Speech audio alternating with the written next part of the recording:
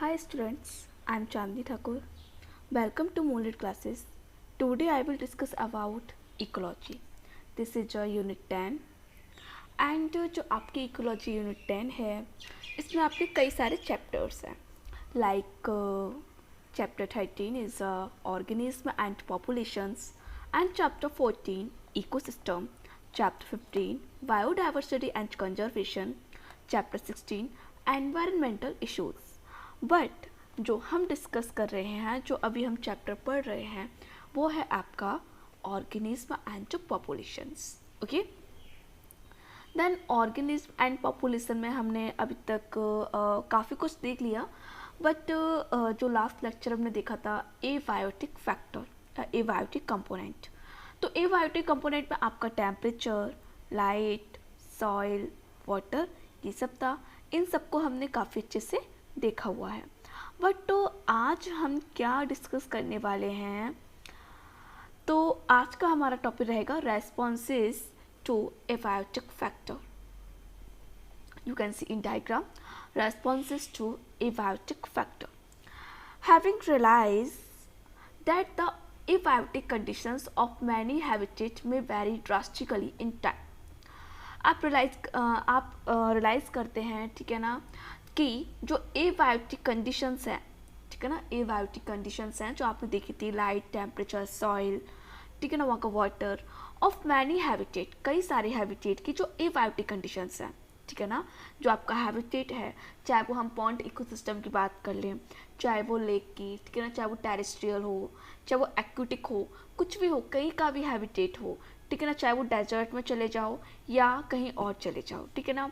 तो जो हैबिटेट है, ठीक है ना, तो जो एबायोटिक कंडीशंस हैं हैबिटेट की, ठीक है ना, मैनी हैबिटेट की जो एबायोटिक कंडीशंस हैं में वेरी ड्रास्टिकली इन टाइम, वो काफ़ी ड्रास्टिकली हैं टाइम में, ठीक है ना, टाइम के चलते, ठीक है ना, वेरी ड्रास्टिकली हैं वो टाइम के चलते. तो we now ask just wait, we now ask, अब हम पूछते हैं कि how do the organism living in such habitat cope और मैनेज विथ स्ट्रेसफुल कंडीशन. कि जो आपकी जो ड्रास्टिकली मतलब चेंज हो रही है वहाँ पे हैबिटेट, जो वहाँ का हैबिटेट है वो सशक्त रूप से बोल सकते हैं कि वो परिवर्तनशील होता है. कभी कुछ हार्श कंडीशन होती हैं, ठीक है ना, कभी आपके लिए फेवरेबल कंडीशंस होती हैं.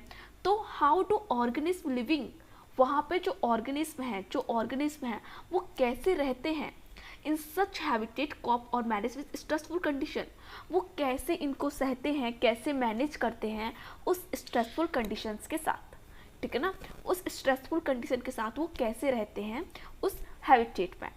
But before attempting to answer this question, but इस आंसर के क्वेश्चन को अटेम्प्ट करने से पहले हम आपसे एक और क्वेश्चन करते हैं, आपसे कुछ पूछते हैं.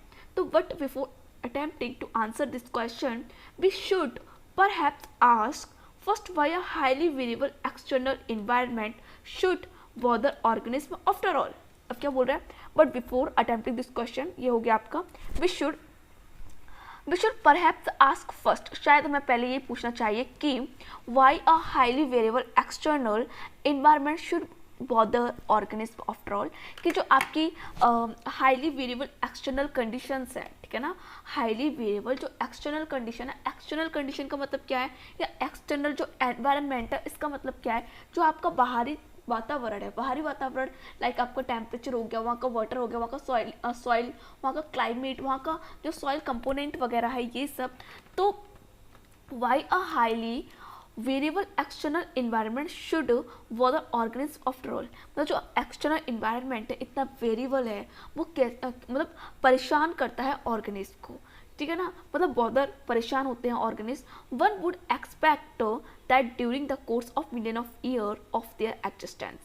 अब हम ये एक्सपेक्ट करेंगे, मतलब एवरीवन, ठीक है ना, वन मतलब एवरीवन, अब ये एक्सपेक्ट करेगा कि that during the course of million of years, मतलब जो जितनी मिलियन ऑफ ईयर्स जो ईयर्स गुजर गई उसके दौरान ऑफ देयर एग्जिस्टेंस, ठीक है ना, उनका एग्जिस्टेंस वहाँ कैसे वो मतलब कैसे एग्जिस्टेंस वहाँ पर कैसे वो रहे।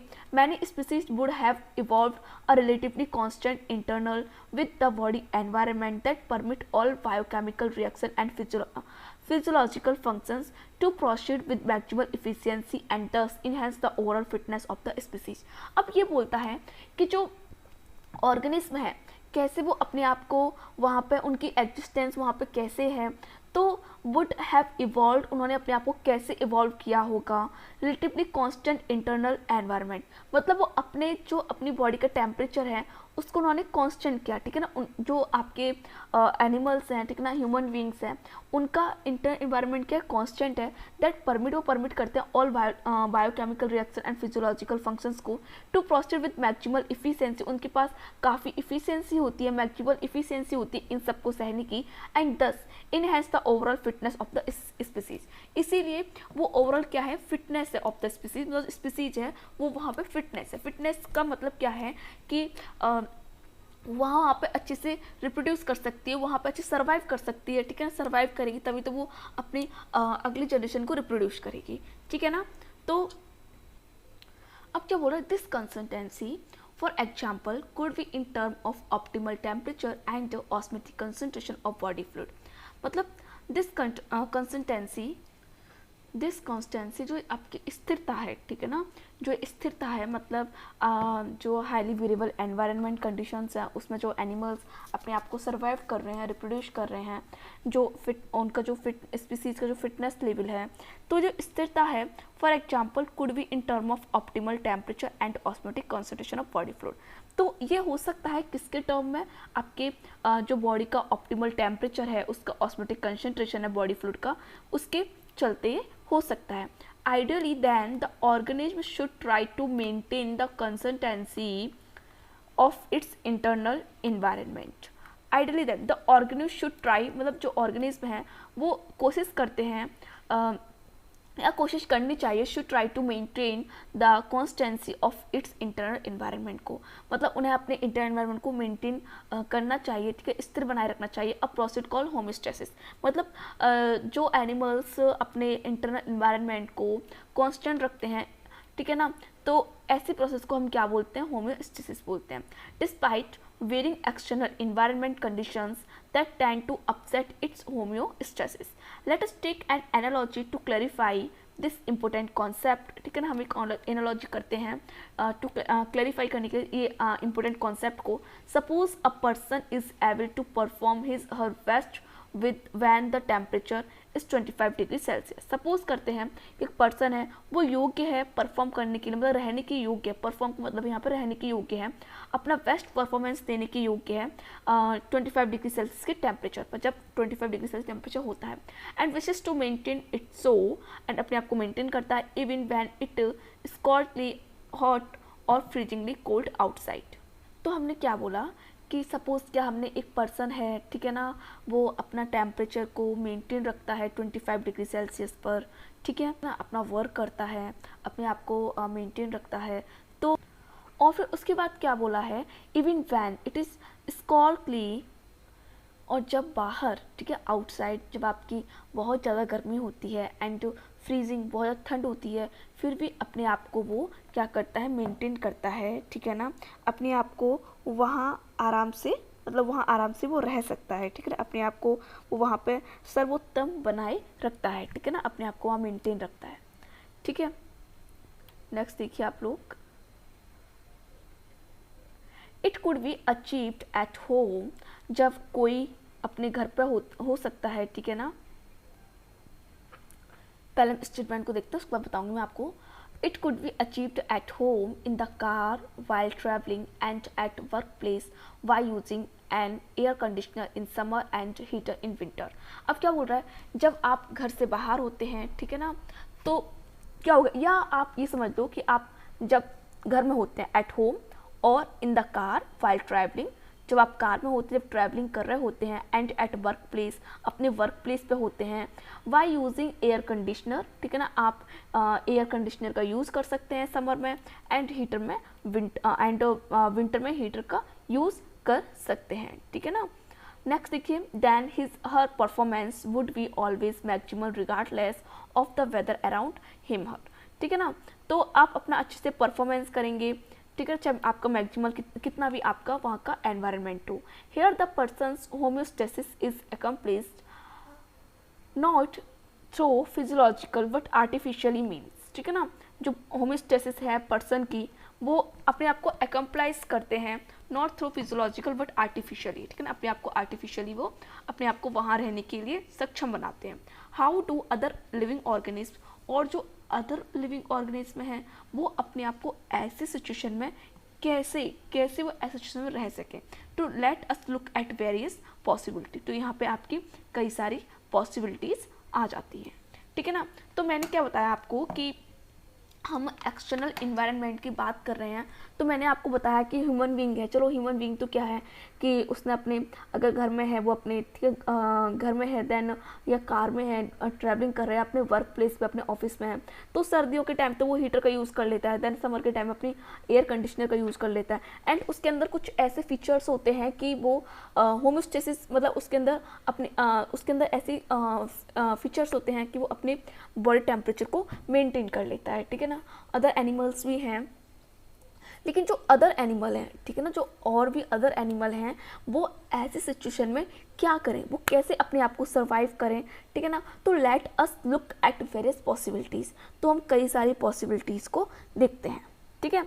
जैसे कि आपको कुछ इसमें 13.3 डायग्राम दे रखा है, इसको पहले देख लेते हैं हम लोग। 13.3 diagrammatically representation of organism responses, मतलब एक्सटर्नल इन्वायरमेंट और इंटरनल इन्वायरमेंट में, मतलब ये समझ लीजिए जो बाहर की जो एक्सटर्नल इन्वायरमेंट है वहाँ पे ऑर्गेनिज्म अपने आप को कैसे सर्वाइव करते हैं। तो उसके लिए कुछ मतलब डायग्रामेटिकली हमने कुछ ग्राफ को रिप्रेजेंट किया, उसको देखिए आप लोग। देखिए फर्स्ट है आपका रेगुलेट, ठीक है ना।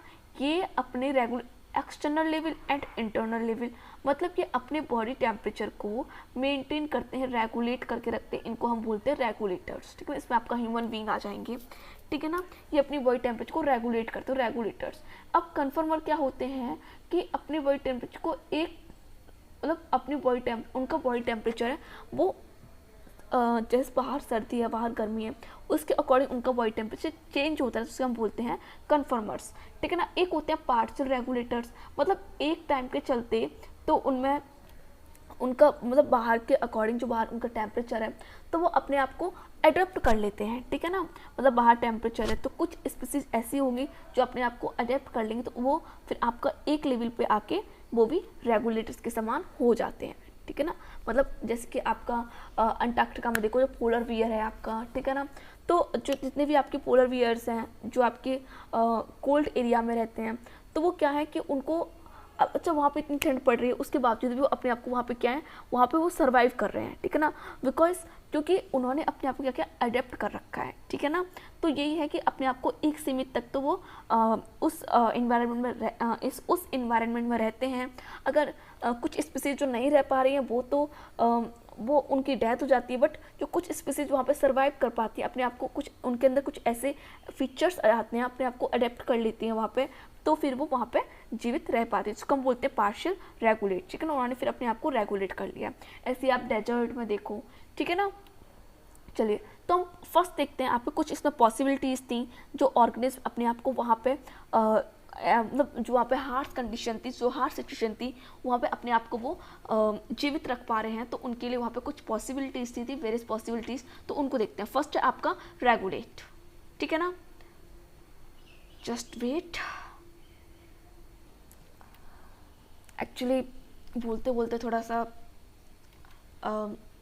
प्यास लगी मुझे थोड़ी, तो देखिए पहले तो मैं आपको एक बात बता दूँ आप लोग को कि यहाँ पे जो एवरी सिंगल वर्ड है यहाँ का, ठीक है ना, जो मैं आपको पढ़ा रही हूँ, जितनी आपकी स्लाइड में एवरी सिंगल वर्ड आपका ये एनसीईआरटी से लिया गया है, ठीक है ना। मतलब डायग्राम हो यहाँ पे एक एक वर्ड आपका एनसीईआरटी से ही लिया गया है, ठीक है ना। मतलब बाहर की बुक से या कहीं से भी आपका कोई सिंगल वर्ड नहीं है, एनसीईआरटी का एक एक वर्ड एक एक डायग्राम है। तो आप अच्छे से इसको देखिए और देखिए जो एनसीईआरटी है, ठीक है ना, एनसीईआरटी का सिलेबस है वो हर कॉम्पिटिटिव एग्जाम में, चाहे वो आपका कोई से भी एग्जाम हो या कॉम्पिटिटिव हो या नॉन कॉम्पिटिटिव हो, कोई सा भी एग्जाम हो आपका, हर एक एग्जाम में ये आपकी हेल्पफुल रहती है, ठीक है ना, एनसीईआरटी। तो इसलिए मैंने प्रेफर किया है कि मैं NCERT पढ़ाऊँ।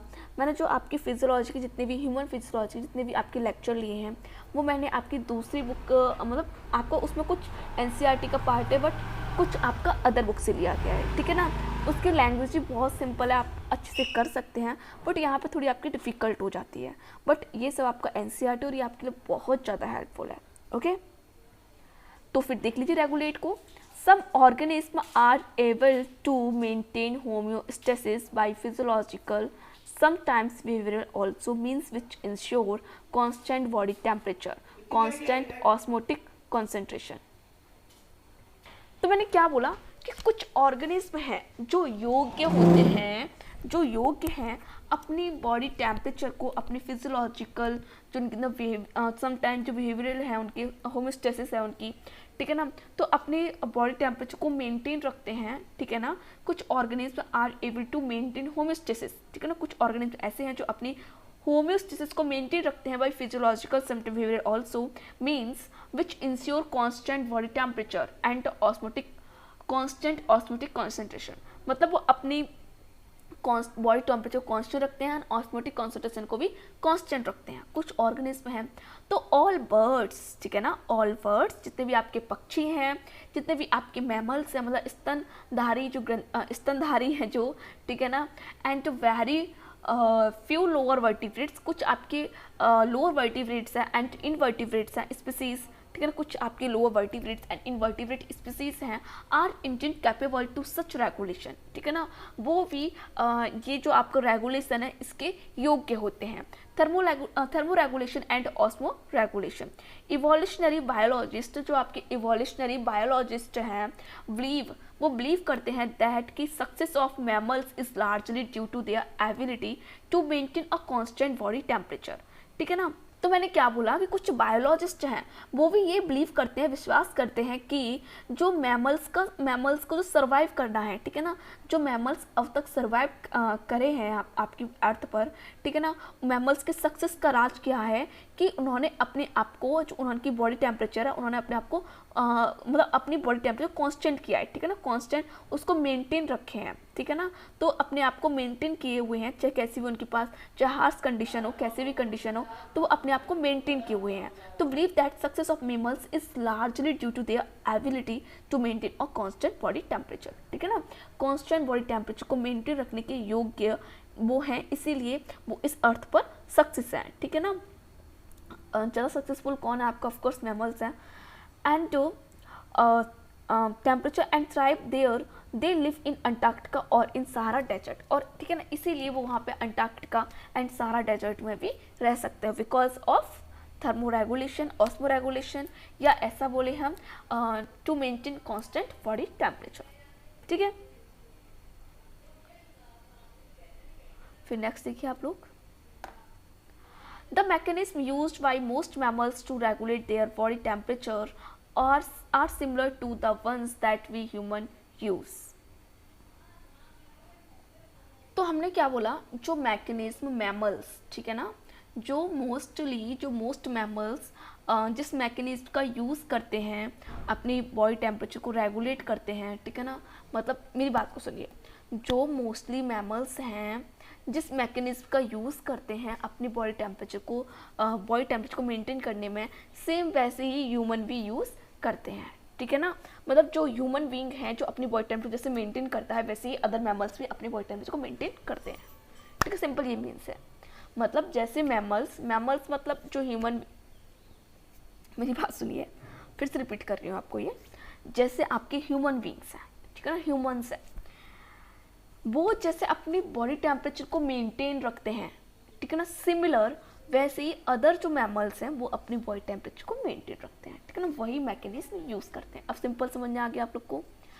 We maintain a constant body temperature of 37 degree Celsius.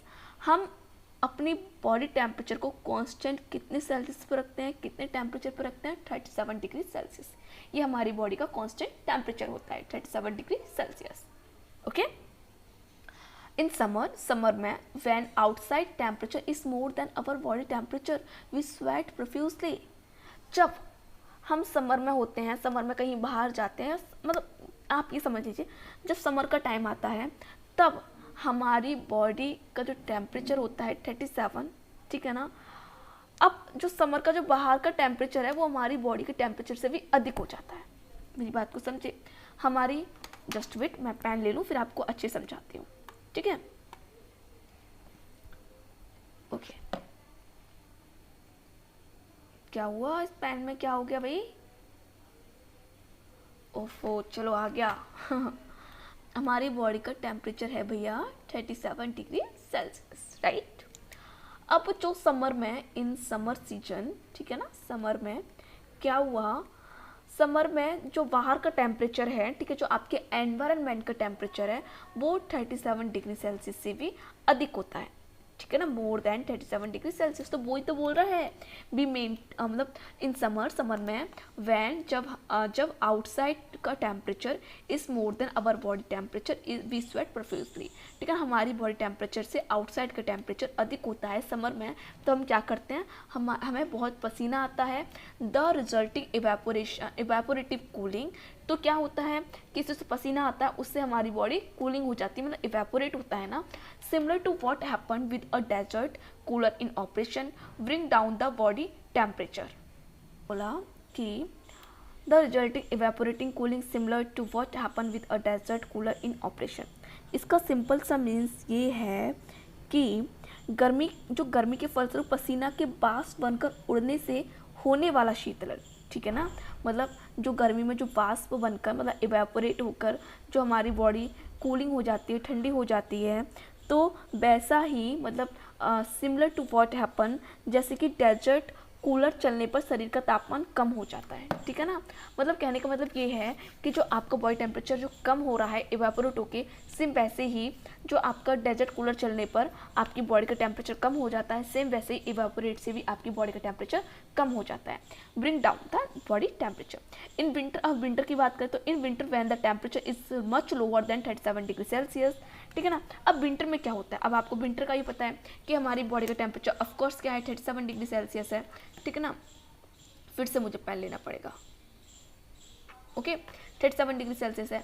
अब क्या हुआ, विंटर में हम बाहर का टेम्परेचर है वो 37 डिग्री सेल्सियस से भी कम हो गया, ठीक है ना।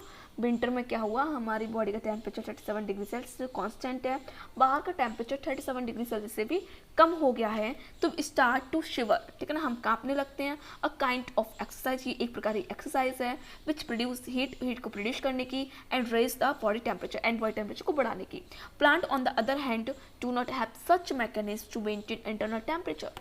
प्लांट के पास ऐसी कोई भी मैकेनिज्म नहीं होती है अपनी बॉडी टेम्परेचर को मेंटेन करने की, ठीक है। इतना समझ आ गया। तो अब बर्ड्स हुए, आपके जो ह्यूमन बींग्स हुए, मैमल्स हुए, ये सब कौन है, आपके रेगुलेटर्स हैं। रेगुलेटर्स मीन्स मतलब जो अपनी बॉडी के टेम्परेचर को मेंटेन रख पाते हैं, ठीक है।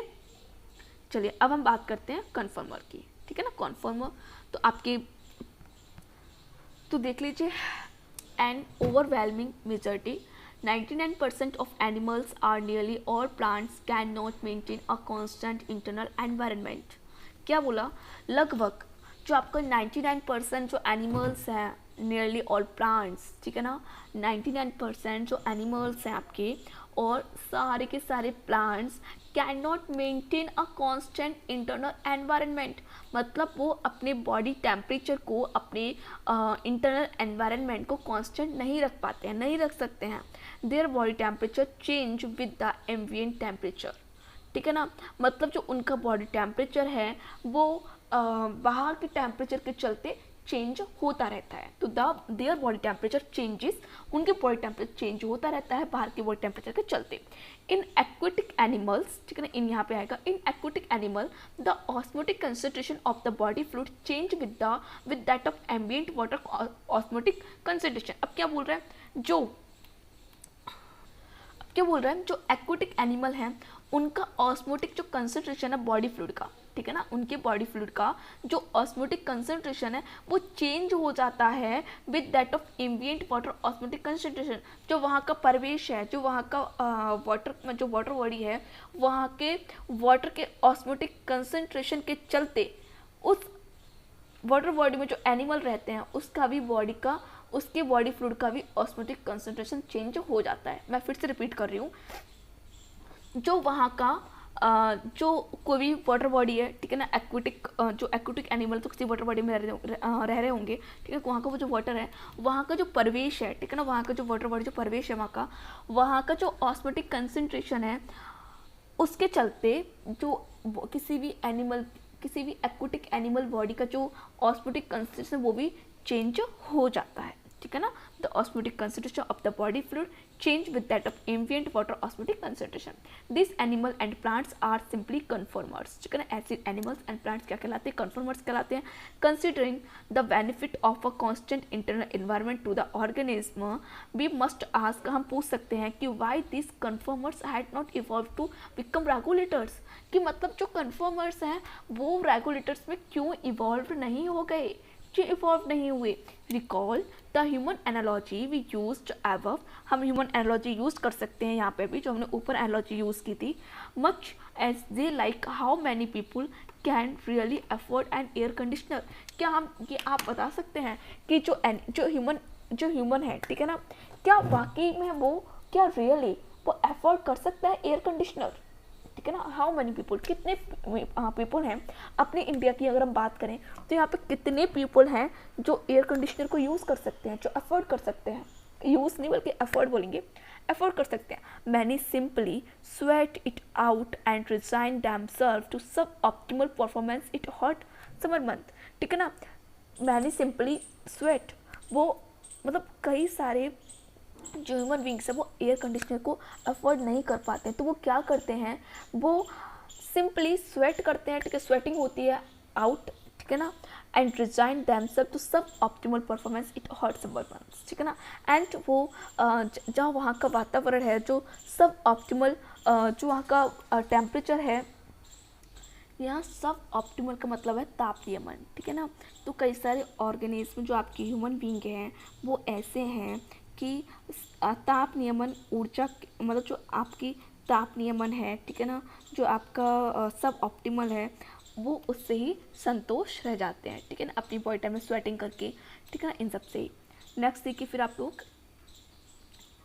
थर्मो रेगुलेशन, जस्ट वेट, आपका कन्फर्मर की बात की है slide, yes. Thermo regulation is a energetically expensive for many organism, ठीक है। थर्मो रेगुलेशन एक आपकी एनर्जेटिकली एक्सपेंसिव है फॉर मैनी ऑर्गेनिज्म के लिए, ठीक है ना। This is a particularly true for small animal like श्रू एंड हमिंग बर्ड, ठीक है ना। ये पर्टिकुलरली ट्रू है फॉर स्मॉल एनिमल्स के लिए एंड श्रू से हमिंग बर्ड्स। हीट लॉस और heat gain is the functional of surface area, ठीक है ना। हीट को लॉस करना, हीट को गेन करना एक फंक्शन है सरफेस एरिया का। Since small animal have a large surface area, जो आपके स्मॉल एनिमल्स होते हैं उनके पास लार्ज सरफेस एरिया होता है relative to their volume, they tend to loss body heat, ये अपनी बॉडी जो आपकी इनकी बॉडी है उससे हीट को लॉस करते हैं very fast when it is cold, जब कोल्ड होता है आउटसाइड, ठीक है ना। जब बाहर सर्दी होती है तो अपनी बॉडी से अधिक मतलब हीट को जल्दी से लॉस कर देते हैं, ठीक है ना। Then they have to expand much energy to generate body, ठीक है ना, और इससे ये अपनी जो एनर्जी है उसको बहुत एक्सपेंड करते हैं, ठीक है ना। Heat through metabolism, this is the main reason why very small animal are rarely found in polar region, ठीक है ना। यही एक मुख्य रीजन है कि जो स्मॉल एनिमल है आर रेयरली बहुत रेयरली होते हैं, बहुत कम मिलते हैं आपके पोलर रीजन में during the course of evolution. The cost and benefits of maintaining a constant internal environment are taken into consideration. Some species have evolved the ability to regulate, ठीक है ना। कुछ स्पीसीज हैं जो इवॉल्व हुई हैं, जो अपने आप को अपनी बॉडी टेम्परेचर को रेगुलेट कर लेती हैं, but only over a limited range of environment, but एक लिमिटेड रेंज के एनवायरमेंट कंडीशंस के लिए ही, ठीक है ना, beyond which they simply conform, ठीक है ना। If the stressful external condition are localized on remain only for a short duration, the organism has two alternative, ठीक है ना. if यदि stressful conditions हैं बाहर, ठीक है ना, तो वो वहाँ पे अगर रहते हैं तो उनके लिए भी शॉर्ट ड्यूरेशन के लिए, तो उसके लिए भी ऑर्गेनिज्म के पास टू अल्टरनेटिव, टू ऑप्शंस होते हैं. तो मैंने क्या बोला, अगर कुछ एनिमल्स स्ट्रेसफुल कंडीशंस में रह रहे हैं, वहाँ पे हैं, और remain only for short duration, ठीक है ना, कुछ समय के लिए, ठीक है ना, तो उनके पास टू अल्टरनेटिव, मतलब दो ऑप्शन है उनके पास. वो हम देख लेते हैं. आपका फर्स्ट ऑप्शन क्या है? फर्स्ट ऑप्शन है आपका माइग्रेट करना, ठीक है ना. तो देख लीजिए आप लोग माइग्रेट को. मैं एक बार इसको रेज कर दूँ थोड़ा, just wait. Okay, and okay, चलिए. तो अब माइग्रेट की हम बात करते हैं, ठीक है ना. अगर माइग्रेट, देखिए कुछ एनिमल्स हैं, ठीक है ना, तो वो एनिमल्स उस एनवायरनमेंट में रह रहे हैं, वहाँ पे कुछ आपकी हार्श कंडीशन है, ठीक है ना, फिर वो वहाँ रह रहे हैं. तो अब आप देखिए कुछ समय के लिए वहाँ पे कुछ हार्श कंडीशंस अगर आ गई, तो वहाँ से क्या कर लेंगे, माइग्रेट कर लेंगे. मैं जो कह रही हूँ उसको समझिए. मैंने क्या बोला कि जो आपके एनिमल्स हैं, ठीक है ना, वो उनके मतलब वो कहीं रह रहे हैं, ठीक है ना. चलिए हम मान लेते हैं शिमला, मतलब ये मान लीजिए कोई सहारा, चलिए वहाँ पे डेजर्ट है, ठीक है ना. तो जो आपका, अच्छा मैं आपको एक एग्जांपल ले लेती हूँ. जो आपके साइबेरिया है, ठीक है ना, साइबेरिया में काफ़ी ठंड है, ठीक है ना. तो वहाँ पे जो बर्ड होती हैं, ठीक है ना, साइबेरिया में, जो मैं आपको एग्जांपल के थ्रू अच्छी समझाती हूँ. मतलब ये आपको साइबेरिया है, तो यहाँ पे सर्दी के टाइम में मतलब कुछ एक ड्यूरेशन ऐसा होता है कि यहाँ पे बहुत ज़्यादा सर्दी पड़ रही है, ठीक है ना, बहुत सर्दी है, बहुत सर्दी पड़ रही है. तो अब क्या हुआ कि यहाँ पे बहुत सर्दी है, लेकिन एक टाइम ऐसा आएगा कि यहाँ पे सर्दी कम हो जाएगी, ठीक है ना.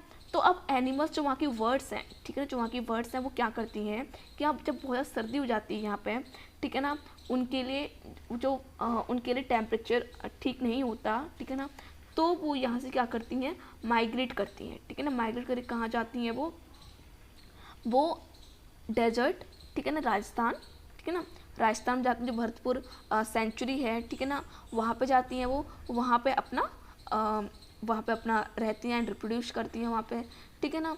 लेकिन कुछ समय बाद वो फिर से अपनी जो उनकी लोकेशन थी, ठीक है ना, जो वो वहाँ पे रहती थी उस जगह फिर से वापस लौट आती हैं, ठीक है ना. तो ऐसे कुछ कंडीशंस हैं, तो उसको देख लेते हैं. पहला माइग्रेट को देख लेते हैं. The organism can move away temporarily from the stressful habitat, ठीक है. कुछ ऑर्गेनिज्म ऐसे हो सकते हैं जो मूव कर सकते हैं, टेम्परेरी मूव करेंगे, ठीक है ना, हमेशा के लिए मूव नहीं करेंगे, permanently temporary from the stressful habitat से, ठीक है ना. स्ट्रेसफुल हैबिटेट से टेम्परेरी कुछ ऑर्गेनिज्म मूव करते हैं, ठीक है ना, वहाँ से चले आते हैं to a more hospitable area, ठीक है ना. हॉस्पिटेबल एरिया मतलब कुछ अच्छे एरिया पे जहाँ वो अच्छे सर्वाइव कर सकते हैं. And return when stressful period is over, ठीक है ना, और फिर वो लौट जाते हैं जब स्ट्रेसफुल पीरियड खत्म हो जाता है. मेरी बात को फिर से सुन लीजिए एक बार और. Organism can move away temporarily from the stressful habitat. कुछ ऑर्गेनिज्म ऐसे होते हैं जो स्ट्रेसफुल हैबिटेट से टेम्परेरी कुछ समय के लिए आ जाते हैं, ठीक है ना. कहाँ पे आते हैं, मोर हॉस्पिटेबल एरिया में, ठीक है ना. And return when stressful period is over, और लौट जाते हैं जब स्ट्रेसफुल पीरियड खत्म हो जाता है. In human analogy this strategy is like a person moving from Delhi to Shimla. अगर हम ह्यूमन बीइंग की बात करें, ह्यूमन एनालॉजी में बात करें, तो स्ट्रेटजी पर्सन पे भी फॉलो करती है, पर्सन पे भी लागू होती है. कैसे लागू होती है, अच्छा कैसे लागू होती है पर्सन पे. तो ह्यूमन बीइंग क्या करते हैं, जब Delhi to Shimla for the duration of summer, ठीक है ना, जब दिल्ली में बहुत ज़्यादा गर्मी होती है तो वो क्या करते हैं, शिमला चले जाते हैं, ठीक है ना, तो for the duration of summer, ठीक है ना. Many animals particularly birds during winter undertake long distance migration to more hospitable area, ठीक है ना. ड्यूरिंग विंटर मतलब कई सारी एनिमल्स पर्टिकुलरली बर्ड्स, हम एनिमल्स की बात कर रहे हैं, उसमें भी बर्ड्स की बात कर रहे हैं.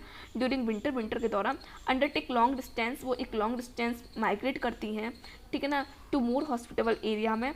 Every winter the famous Keoladeo national park Bharatpur in Rajasthan host, एक घर है थाउजेंड ऑफ माइग्रेटरी बर्ड्स के लिए, ठीक है ना। जो आपके क्यूलोन नेशनल पार्क भरतपुर सेंचुरी है जो आपके राजस्थान में है, वो एक घर है आपकी कई सारी थाउजेंड ऑफ माइग्रेटरी बर्ड के लिए कमिंग, जो आती है फ्रॉम साइबेरिया से and other extremely cold northern regions, ठीक है ना, जो बहुत ज़्यादा वहाँ पर सर्दी होती है उस रीजन से भरतपुर आती हैं। तो ये माइग्रेट हो गया, ठीक है, कुछ एनिमल्स से माइग्रेट कर लिए अपने आप को बचाने के लिए, ठीक है। फिर नेक्स्ट हमारे पास जो आती है, नेक्स्ट हमारे पास सस्पेंड करना अपने आप को, ठीक है ना। तो देख लीजिए, इसको भी सस्पेंड करने को भी देख लीजिए आप लोग। देखिए इसमें क्या है, इन बैक्टीरिया, ठीक है, जब बैक्टीरिया हो गए, फंजाई हो गए and lower plants various kind of thick walled spores are formed which help them to survive unfavourable conditions. Bacteria हो गया, आपके फंजाई हो गए, लोअर प्लांट्स हो गए, तो उनके पास various kind of thick walled spores होते हैं, ठीक है ना, थिक वॉल्ड स्पोर्स होते हैं उनके पास, आर फॉर्म्ड, जो बनते हैं, which help them to survive unfavourable conditions में, ठीक है ना। तो स्पोर्स बनते हैं जब वो अनफेवरेबल कंडीशंस में सर्वाइव करने के लिए, ठीक है ना। These germinate on availability of suitable environment, ठीक है ना। फिर जब आप वहाँ की जो कंडीशन है, वहाँ का जो एनवायरनमेंट सुटेबल हो जाता है, तो वो जर्मिनेट करने लगते हैं। इन हायर प्लांट्स में seeds and some other vegetative reproductive structure serve as mean to tide over period of stress beside helping in dispersal, they germinate to form new plant under favorable moisture and temperature conditions. They do so by reducing their metabolic activity, ठीक है ना, ये अपनी जो metabolic activities को reduce करते हैं and going into state dormancy, और कहाँ चले जाते हैं, dormancy में, ठीक है ना, सुप्तावस्था जिसे हम बोलते हैं, ठीक है। फिर नेक्स्ट देखिए, snail and fish go into estivation to avoid summer related problem, heat and dissection and तो मैंने आपको क्या बोला, मैं एक बार इसको रेज कर दूँ, ठीक है। ओके, देखिए, स्नेल हुए, फिश हुए, वो एस्टिवेशन में चले जाते हैं सम समर रिलेटेड प्रॉब्लम्स में, हीट एंड डिसेक्शन, मतलब जो आपकी स्नेल फिश हैं वो एस्टिवे वो कुछ समय के लिए हीट में, मतलब एस्टिवेशन में चले जाते हैं, अवॉइड करते हैं वो सम रिलेटेड प्रॉब्लम हीट की, ठीक है ना। अंडर अनफेवरेबल कंडीशन मैनी जू प्लैंकटन, और कुछ अनफेवरेबल कंडीशन में जो जू प्लैंकटन है, स्पीसीज हैं इन लेक एंड पॉइंट में आर नोन टू एंडर डायपोज, ठीक है ना, वो डायपो जाती हैं स्टेज ऑफ सस्पेंड डेवलपमेंट, ठीक है ना। आपका इसमें एक स्लाइड, हाँ, यहाँ से देखिए आप लोग, in animal the organism if unable to migrate might avoid to stress by escaping in thrive. तो मैंने आपको क्या बोला, एनिमल्स में जो ऑर्गेनिज्म है इफ़ एनेबल टू माइग्रेट, ठीक है ना, जो एनिमल्स हैं, कुछ एनिमल्स हैं उनमें वो एनेबल होते हैं माइग्रेट करने में, ठीक है ना, मतलब कुछ एनिमल्स हैं जो माइग्रेट नहीं कर सकते, तो अब वो क्या करें, तो might avoid the stress by escaping in time, तो वो क्या करते हैं कि कुछ टाइम को पलायन करते हैं, ठीक है ना, मतलब कुछ टाइम के लिए वो सुप्तावस्था में चले जाते हैं, या वो एस्टिवेशन कर लेते हैं, या वो हाइबरनेशन कर लेते हैं, ठीक है ना, तो कुछ टाइम को वो एस्केपिंग कर देते हैं, पलायन कर देते हैं, ठीक है ना। The familiar case of bears, ठीक है ना, जो आपके भालू होते हैं, going into hibernation during winter, ठीक है ना, जो आपके बियर हैं जो पोलर रीजन में रहते हैं, तो वहाँ पे वो क्या करते हैं, हाइबरनेशन करते हैं ड्यूरिंग के टाइम, सॉरी विंटर ड्यूरिंग, मतलब विंटर के टाइम, ठीक है, during winter is an example of escape in time, ठीक है, एग्जाम्पल है टाइम को एस्केप करने का, ठीक है। फिर आपका ये वही आपकी लास्ट स्लाइड ही है, ठीक है ना, यहाँ पे आ गई है, some snail and fish go into estivation to avoid some related problem, heat and resection. Under unfavorable condition, many zooplankton species in lake and pond are known to enter diapause, a stage of suspend development. तो मैंने आप लोग को क्या बोला कि कुछ animals जो होते हैं वो जो एनवायरनमेंट की जो स्ट्रेसफुल कंडीशन है उसको मतलब उसमें रहते हैं, लेकिन वो क्या करते हैं कि वहाँ से या तो माइग्रेट कर जाएंगे, ठीक है ना, मतलब वहाँ पे कुछ ज़्यादा स्ट्रेसफुल कंडीशन आ जाती हैं तो वहाँ से माइग्रेट कर जाते हैं, ठीक है ना। तो माइग्रेट मैंने देखा था कि अगर ह्यूमन बीइंग की बात करें तो दिल्ली में बहुत गर्मी तो वो शिमला चले जाते हैं, अगर हम माइग्रेटरी बर्ड की बात करें तो वो नॉर्थ अमेरिकन जो पोलर रीजन होता है वहाँ से, तो जो आपका बहुत ठंड वाला रीजन है, पोलर रीजन है, वो ठंड वाला रीजन है, वहाँ से वो भरतपुर सेंचुरी में आ जाते हैं, ठीक है ना, माइग्रेट करके। अब जो एनिमल माइग्रेट नहीं कर पाते हैं तो वो क्या करें, तो वो टाइम को एस्केपिंग करते हैं, ठीक है ना, बाई एस्केपिंग इन टाइम, ठीक ठीक है ना, मतलब टाइम को पलायन करते हैं तो वो हाइबरनेशन कर जाते हैं। हाइबरनेट का बेस्ट एग्जाम्पल आपका बियर का पोलर बियर, एंड आपका एस्टिवेशन कर जाते हैं तो एस्टिवेशन का बेस्ट एग्जाम्पल है आपका स्नेल एंड फिशेस। ठीक है, अच्छा तो हमने क्या देखा इसमें, जो आपकी रेस्पॉन्सेस, ठीक है ना, मतलब रेस्पॉन्स टू एबायोटिक फैक्टर, जो एबायोटिक फैक्टर उनके प्रति जो प्रतिक्रियाएं हैं, ठीक है ना, उनके लिए जो प्रतिक्रियाएं हैं वो क्या क्या करते हैं एबायोटिक फैक्टर में। जो एनिमल्स हैं, ठीक है ना, कुछ एनिमल्स हैं आपके, चाहे प्लांट्स, कोई भी हो गया आपका, तो जो लिविंग बींग्स की, अगर हम लिविंग बींग बोलें, ठीक है, सिंपल लिविंग बींग बोलें, तो जो लिविंग बींग है वो मतलब कुछ स्ट्रेसफुल कंडीशन है, एबायोटिक फैक्टर की जो स्ट्रेसफुल कंडीशन है उनमें वो क्या करते हैं, उनके प्रति वो प्रतिक्रिया क्या करते हैं, रेस्पॉन्स क्या करते हैं, हमने इसको समझा इसमें। ठीक है ना, तो आई होप आपको समझ में आ गया होगा। ठीक है, अगर आपको कोई भी प्रॉब्लम होती है तो आप लोग मेरे को बताइए, देन मैं इसको फिर और अच्छे से समझा दूंगी। ओके,